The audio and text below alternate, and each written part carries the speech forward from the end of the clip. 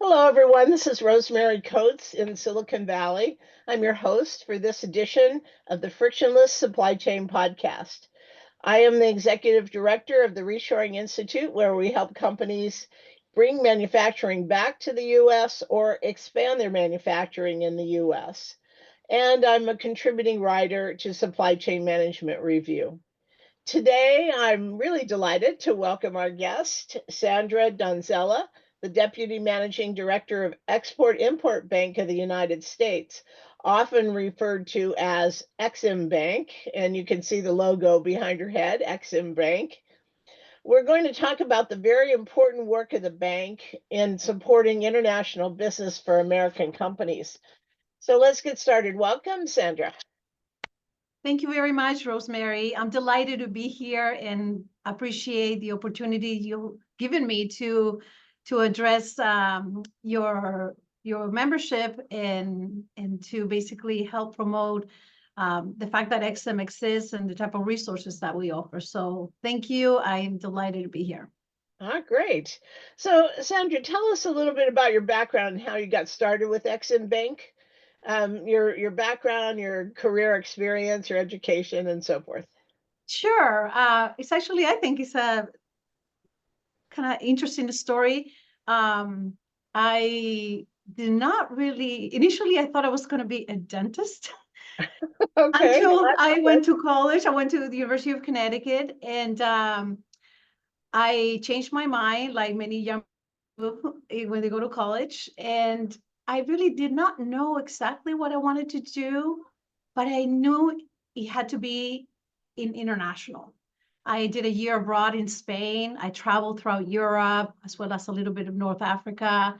And I just fell in love with anything internationally, meeting new people, learning about their cultures, etc. So my father had been a banker, and I had some summer jobs at a local bank where in Connecticut. And I decided to become an international banker because everywhere I went, I saw banks. And back then, this is in the early 90s, remember the traveler's checks? Oh, So sure. I Yep. had an idea what international banking did. And I said, okay, I could do that. I was good with numbers. I enjoy business. So I decided to become a banker. And I joined at the time, it was Shawmut Bank. And I had nothing to do with international, but I got my foot in the door and I started networking. I reached out to folks in international banking, invited them to lunch and asked them for advice to learn about what they were doing to see if I would like it. And eventually a position opened up. They reached out to me. I applied, I got it. And from there, I was lucky enough that I started working for a bank that was active using the programs that are offered by the Export Import Bank or ExIm. So right from the start of my banking career, I began to work with the programs that I now promote. And I joined two additional banks. Overall, I spent almost 10 years in international banking. And then I decided to move from Connecticut. And there was an opening at the regional office in California. I applied, and given all the experience I'd had, I got the job. That's how I ended up at ExIm. Very good. Okay. And you went to the University of Connecticut, is that right? Yes, yes. And I majored in economics and a minor in international relations. And I learned about EXIM there in an international Yeah. finance class. Yeah. Yeah, I can remember learning about Exim Bank in class too, but then there were years before I ever heard about it again. And kind of sort of a remote connection here and there I would see as I was working in supply chain management. So I think the whole topic of Exim Bank is not well known in supply chain, but it can be so helpful for companies that are in international trade. So tell us about your role now at the Exim Bank. What are you doing for Exim? So my role is to promote EXIM, the programs that we offer, try to do outreach to as many exporters in the territory that I'm assigned, as many as I can, and ensure that businesses are aware of the type of resources that we offer. I'm also responsible for collaborating with partner organizations like yours, to help us get the word out, because we do have a marketing problem, a challenge. We're a very small agency, pretty short staff, and we do not have the ability to have a local presence in every state. So we have 12 regional offices, and the role of folks like me in the field offices of ExIm is to do outreach and business development. Okay. So it's such an interesting organization. And I just think it doesn't get enough exposure, like you were saying. You don't really have a budget for that. But this is an organization and a concept that I think supply chain people need to know about. So explain a little bit more about what the bank does, and is it totally focused on exporters or also on importers? It's a great question. Yes. So let me give you a little bit of background about EXIM. For those of you that may not be familiar, we're America's official export credit agency. So we're not a bank. We are an independent federal agency, or headquarters are in DC, and that's where all of the credit decision and application processing takes place. And the mission of the agency is to support US jobs by facilitating US exports. And we do that by providing a series of financial solutions. You see, we recognize that often the risk of non-payment or lack of financing can be impediments to export growth. So we offer programs that minimize risk for our US exporters and address either their financing needs or the credit needs of their buyers, the importer. But everything we do is driven to support US exports, US supply chains, US manufacturing, not imports into the US. So Okay. part of I spent a little bit of time clarifying that, because our name does attract inquiries from importers, but it's strictly US export support. And we offer loan guarantees, a little bit similar to the Small Business Administration, with the difference that the loans that we are guaranteeing are supporting export activity. We also provide insurance, export credit insurance. In other words, peace of mind or risk protection in the event of lack of payment by international buyers. That's actually EXIM's most demanded program, because most businesses that export eventually will develop a need for it, even if it's just with one buyer, as buyers increasingly are looking for vendors willing to give them credit. Okay. And another important thing about EXIM is that businesses in the United States most of the time don't even realize that their competitors in other countries have similar support. There's more than 100 export credit agencies worldwide supporting their So, own exporters. so So you don't actually directly lend money. You work through local banks. Is that right? Is that how it works? that's correct. Well, yes and no. Most of what we do when it comes to addressing the financing needs of an exporter or sometimes the importer, um, is done through loan guarantees, where the applicant is a commercial lender, or in some cases a non-bank lender, but the goal is to help the exporter get the financing, or Okay. sometimes it's the buyer that needs the financing. So we do have a network of lenders.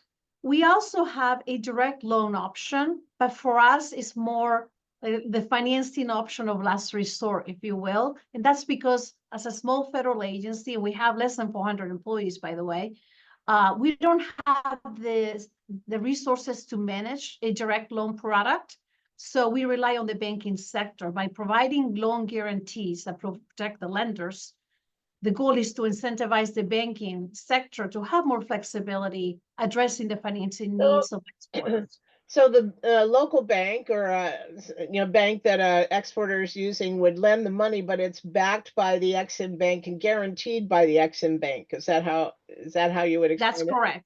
That's And correct. And if no lender can be found, especially if the export items are big ticket items like capital equipment, machinery, being sold to buyers, say in developing countries, often the ability to access financing for that importer is going to make the difference between the U.S. exporter getting the sale.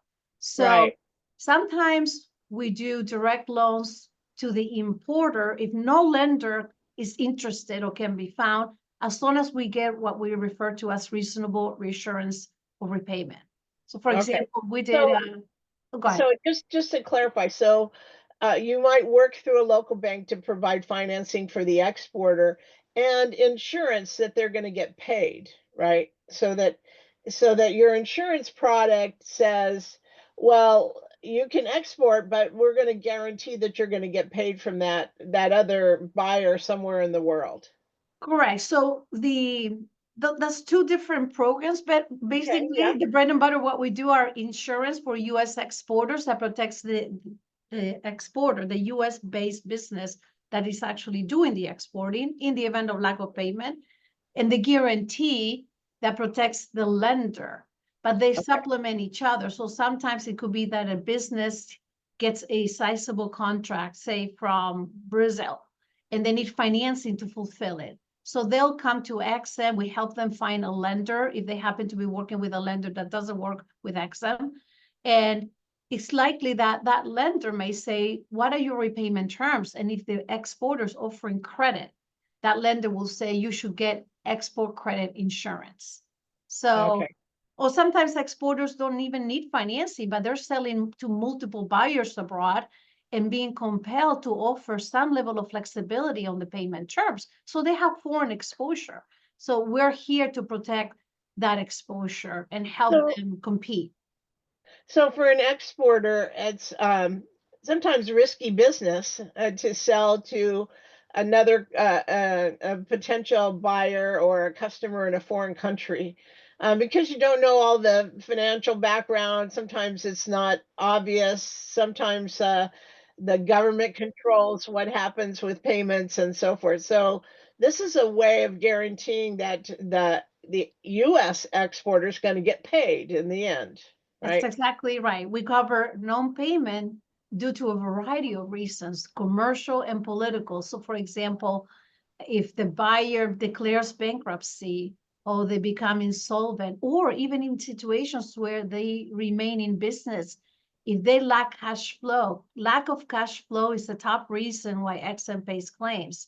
And that can be triggered by a number of different factors. It could be a downturn in their local economy, a devaluation in their currency, or it could even be natural disasters, a tsunami, an earthquake, God forbid it impacts their operations, as well as political risk cover, where we cover civil unrest, war, revolution, or foreign exchange restrictions, a number of different risks that exporters are basically expected to take to get sales. Mhm.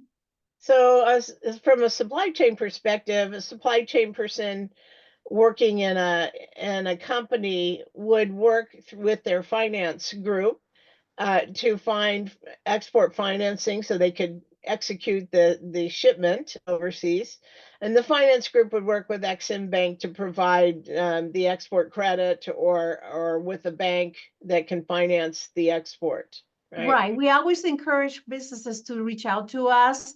We have a listing of lenders that work with us and we know their preferences. We facilitate introductions to lenders um, for Okay. exporters. So we help So them find a bank. what I'm trying to understand is the connection between financing and actual execution of supply chain or execution of an export product. So I think that supply chain people need to be exposed in this way, and it's in today's environment, most companies there's integration between the various departments. So supply chain isn't standalone, the shipping department just trying to put something in a box and send it off. They have to work with the finance team inside a company to also make sure that they're going to get paid and that it can be billed and so forth. So there's a big connection there these days between supply chain operations and the financial operations of a company. And then the financial operations of the company would reach out to Exim Bank to be a partner in that transaction. Okay, I think I get it now. Yeah, yeah, and oftentimes, we'll get a call from the president of a company, especially if it's a small business where that person may be wearing a lot of hats and making financial decisions, supply chain decisions. So if we can get to the decision makers, usually they will orchestrate the coordination internally between their supply chain folks and finance folks. Got it. Okay, so are there eligibility requirements or can any exporter apply to the bank for your services? Yeah, we do have eligibility requirements. For example, we're open to support exports all over the world in about 150 countries, but the buyer's country is an important consideration. We need to be open. We have a country limitation schedule in our website, which is a listing of all the countries in the world, and is to give the public an indication of our position in a given country. So for instance, you probably can guess there's certain countries where we are off cover due to political reasons, right? Like North Korea, Iran, Russia. There are other countries, however, where ExIm is actually off cover due to economic reasons, where we feel the risk is just so high that we're not willing to take it, unless it can be externalized. So What kind of countries are we talking about? Like So, African for countries? example, we used to be open in Argentina years ago. We've been off cover in Argentina due to all the economic issues they've had.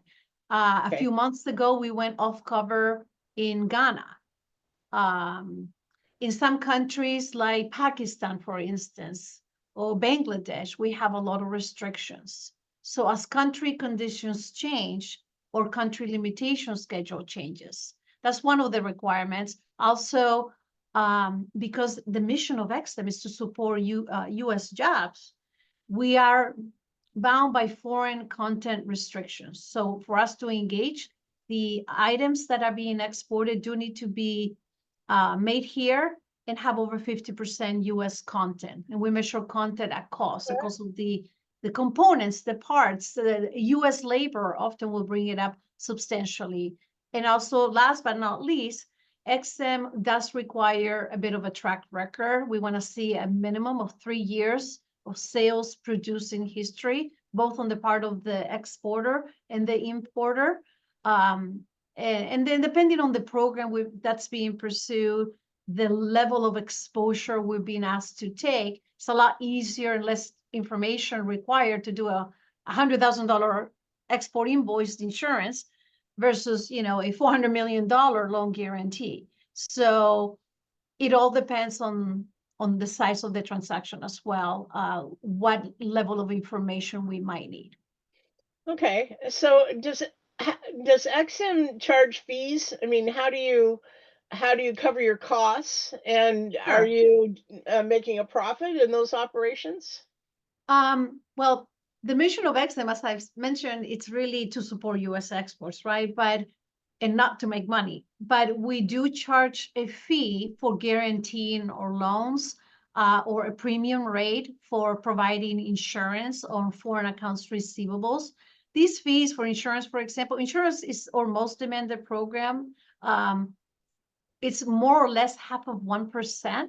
So on $100,000 export invoice going to Mexico, we're probably going to charge only $550 if it's a small business policy, or it could be $750 if it's a single buyer option. We have different options. Loan guarantees, if the U.S. exporter is looking for working capital financing, loans of up to $2 million, for instance, or we charge a 0.25% fee to the lender, but of course the lender will pass it on to the exporter. So we do charge fees, different fee scenarios for also our equipment, buyer financing solutions, where, there we'll charge a commitment fee, a facility fee, an exposure fee. At the end It, of the it, it sounds like a bargain though for Yeah, exporters to have their exports guaranteed for a very small price. It sounds like a real bargain. Right. Of course, the lenders will charge their interest rate. If we do a direct loan, like we've done in some cases, we will charge a rate is the commercial interest reference rate, which we publish monthly. And at the end of the day, our pricing is comparable to rates here in the United States, which is far lower than rates abroad, especially if the Yeah. buyer is in an emerging market or developing country. And so it's very reasonable. Ah, terrific. Ultimately, though, to support exports, as you mentioned, ties to more US jobs, right? Because Exactly. the more exports that companies are doing means they're producing more and it's tied to jobs. So it sounds like it's a very popular program across the board, not only for reasons of supporting jobs in the US, but for helping even small exporters to get the job done, right? And to get guaranteed that they're going to get paid when they're exporting products. That's terrific. So, can you give us a few examples of deals that you've done that can kind of help us understand a little bit more about the programs? Yes, and there's one example that I like to highlight, especially because I am talking to to you at the Reshoring Institute, and a ExIm actually, in addition to the or traditional product offering of loan guarantees and insurance to support export activity, we do have a new program. It was announced back in 2022. We've done so far 4 transactions, and it's called Make More in America. And it's a program to support, to basically address deficiencies in our supply chain and support the expansion of US manufacturing, especially in sectors that are critical to our national and economic security. And basically to improve the supply chain as well, and avoid such dependence on foreign supply chains. And the last transaction we approved is for a company based in Wilsonville, Oregon, by the name of ESS Tech Inc. We did a $50 million loan. Um, that's a small business. They have about 200 employees, and they design and manufacture iron flow batteries for energy storage. And Okay. that loan will help them triple their production. So we're very excited about that new program. We have a robust pipeline and considering to doing more. We're also looking at supporting critical minerals that are highly, important for Yeah. the supply chain into renewables, high technology, etc. So we've done also some letters of interest to support some projects related to minerals. We recently approved a $330 million letter of interest to support the construction of a lithium plant in Utah. Ah, It's a okay. letter of interest. So it's not a formal commitment, but the goal is to show our interest, and hopefully that will become a real transaction in the future. Yeah, that's a big growth area for the US is the mining and refining of rare earth elements all across the US because they go into all of our electronics, right?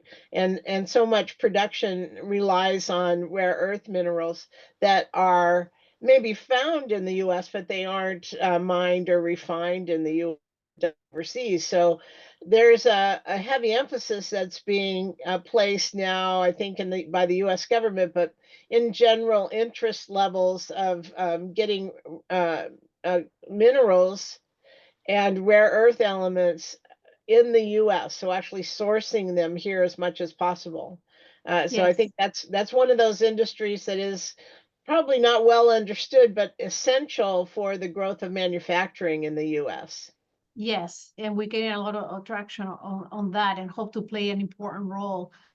Another good example I could give you is the company located in Santa Clara, California, by the name of Forever Pure, a small business that um, reached out to ExIm because they were awarded a contract with a fertilizer manufacturer in Morocco, and they needed working capital to fulfill it. So we helped them find a lender. They obtained the loan. They successfully completed the project, and they also pursue short-term insurance from EXIM. And So, that's so that's interesting. So that's different from an export finance, right? Well, a purely but export finance. So you're financing working capital so that they could actually build their product. correct. So there is different. So we have different solutions, right? The Make More in America is designed to support new manufacturing facilities or plant expansions. If they have an export nexus, they need to be export oriented.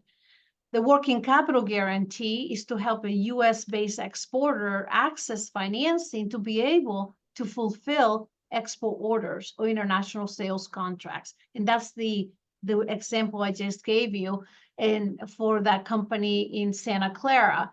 And what's very interesting, especially since we're talking about supply chain, is that that company, to fulfill that contract, purchased key components from another exporter that I already knew here in Vista, part of San Diego County.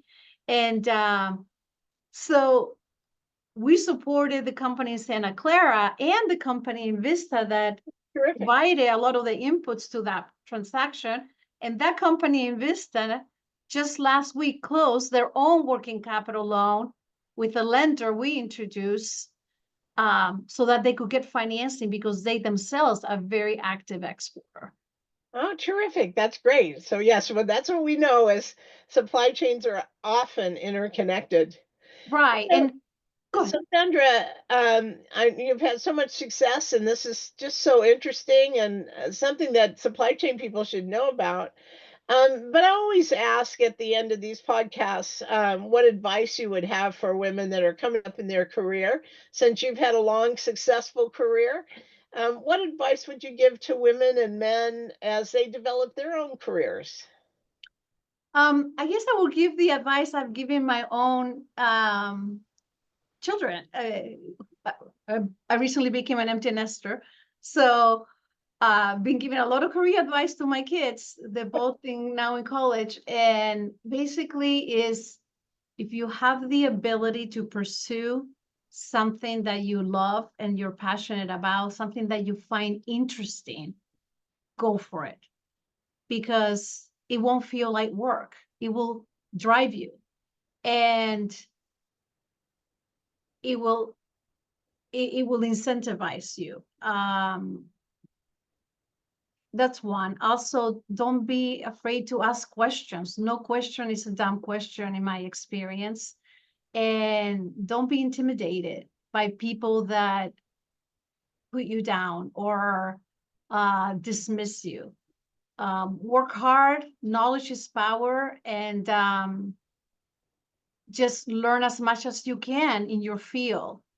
And um, That's great advice. yeah, Yeah. and be self-driven. And if you can learn another language, if you, especially if you look into go into the international field, go for it, because I would not have experienced the career growth I did if it had not been for the fact that I'm fluent in Spanish.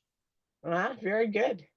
Yeah, the idea of constant learning is one that comes up a lot. That's one that I use all the time too. I always tell people you need to learn something every single day. You need to keep learning all the time. Well, thank you so much for joining us today, Sandra. It was been so interesting. Can you give us your contact information if anybody wants to learn more about the EXIM Bank? Yes, of course. Thank you again for the opportunity. It's been a delight talking to you today. And my contact information, my cell is 619-517-1822. Or you can always email me. My email address is my first name, so Sandra, Sandra dot D as in David, O, N as in Nancy, Z as in zebra, ELLA at EXIM or exim.gov. So Sandra.Donzella at exim.gov. Terrific. Thank you. You're And you can welcome. listen to more Frictionless Supply Chain podcasts on Supply Chain Management Review's landing page, Apple Podcasts, Google Podcasts, Spotify, or wherever you get your podcasts. And you can reach me, Rosemary Coates, at rcoates@Reshoring Institute, at our website, www.reshoringinstitute.org, where we publish all of our research on manufacturing in America. Thanks again, Sandra, and have a nice day, It's everyone. been a pleasure. Thank you so much, Rosemary. Bye-bye.